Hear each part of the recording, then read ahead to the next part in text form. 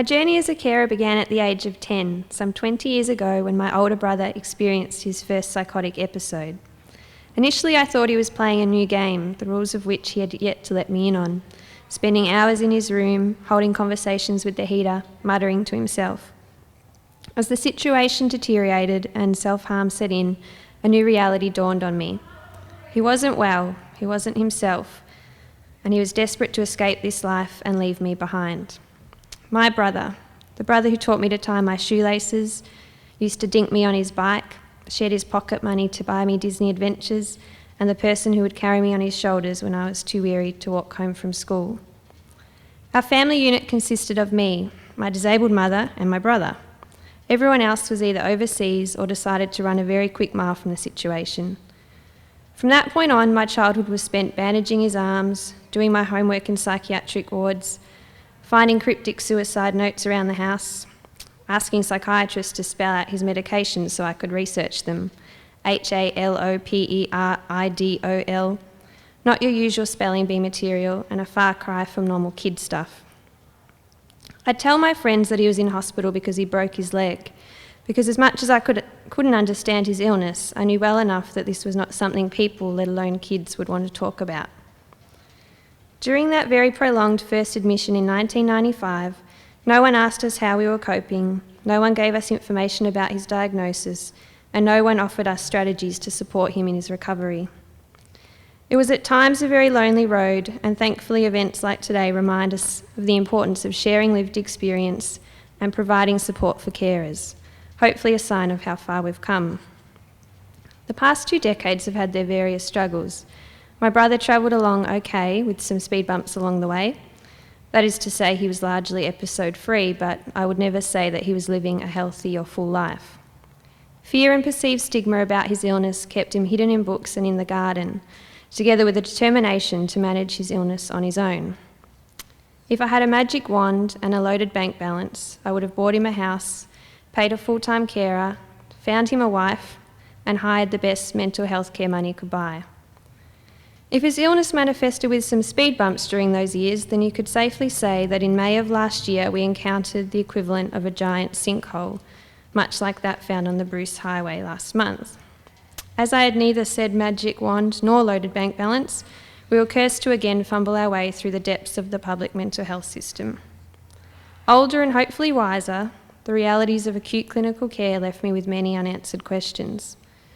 Why did we constantly experience unnecessary delays and such frustrating encounters with service providers? Why is it that the situation needs to reach crisis point before an admission can take place? Why is the sole determining factor for a public admission resting on a plan to commit suicide, or worse still, an attempt? Why does it feel like prevention is treated as a buzzword rather than a genuine therapeutic aim?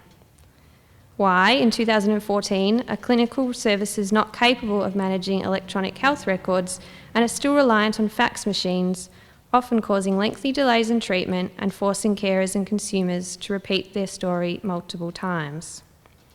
Why am I becoming so desensitised to the threat of suicide because the system has failed to intervene in time on repeated occasions?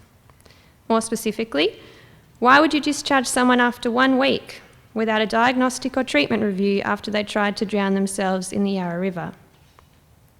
Why, after a 7.5-hour wait in an emergency department following the aforementioned suicide attempt 9 days prior, so those of you keeping count will realise that that equates to 48 hours after discharge, why did a psychiatrist tell me that my brother's suicidal ideation was an example of maladaptive coping and hospital wouldn't help him?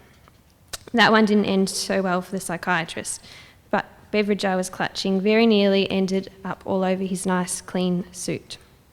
Why him? Why me? Why do we have such an overburdened and underfunded system when mental illness will affect 1 in 2 Australians? In asking any of these questions, I am struck by the hopelessness and sometimes complacency on the face of many service providers. Well, that's just the public mental health system. Not for a lack of desire to see it change for the better, but a strong sense that it's never going to change. It is difficult to explain the fear that erodes your sleep, not knowing if your loved one will still be alive tomorrow. It is horrifying to ask for help, not knowing if you're actually going to get it. It is impossible to convey to decision makers the sometimes devastating effects that their policies and procedures can have on consumers and carers. Again, another reason events like today are so important, so that those with shared experience can unite and ensure their voices are heard.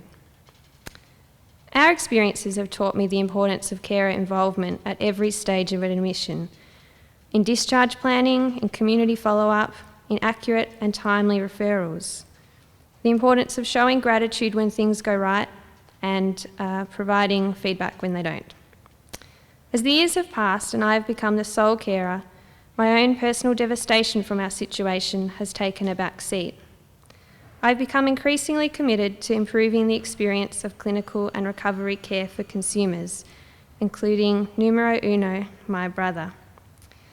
That means countless strongly worded letters, perhaps addressed to some of you in the room today. It is my strong belief that any improvement for consumers will inevitably improve the lives of carers. It also goes without saying that perhaps in this instance more than any other, prevention is better than the cure and more needs to be done in that space. 12 months and 6 hospitalisations later, my brother finds himself with 2 feet placed on the path to recovery. If nothing else, the past year has reminded me that recovery is not a linear process. It is unfortunately reliant upon the carer to pick up the shortfall of the system, and that is something we truly need to address to reduce the number of carers becoming consumers themselves. I'm no economist, but on a simple cost-benefit analysis, our mission should be clear. In my case, working full-time, studying part-time, and being a carer was the recipe for the most difficult year I have ever faced, on top of the heart-wrenching journey of seeing my brother so incredibly unwell and not knowing if he would survive. I emerged from this battle even more committed to my brother's recovery and to improving the experience of carers and consumers, so that an experience that knocks a family to the floor by its very nature is not made even more destabilising by an at times insensitive and deficient system. It's been a hell of a journey, and one we will continue to face head-on, side by side. My brother remains the most courageous and resilient person I know, and I thank him for allowing me to share our journey with you today.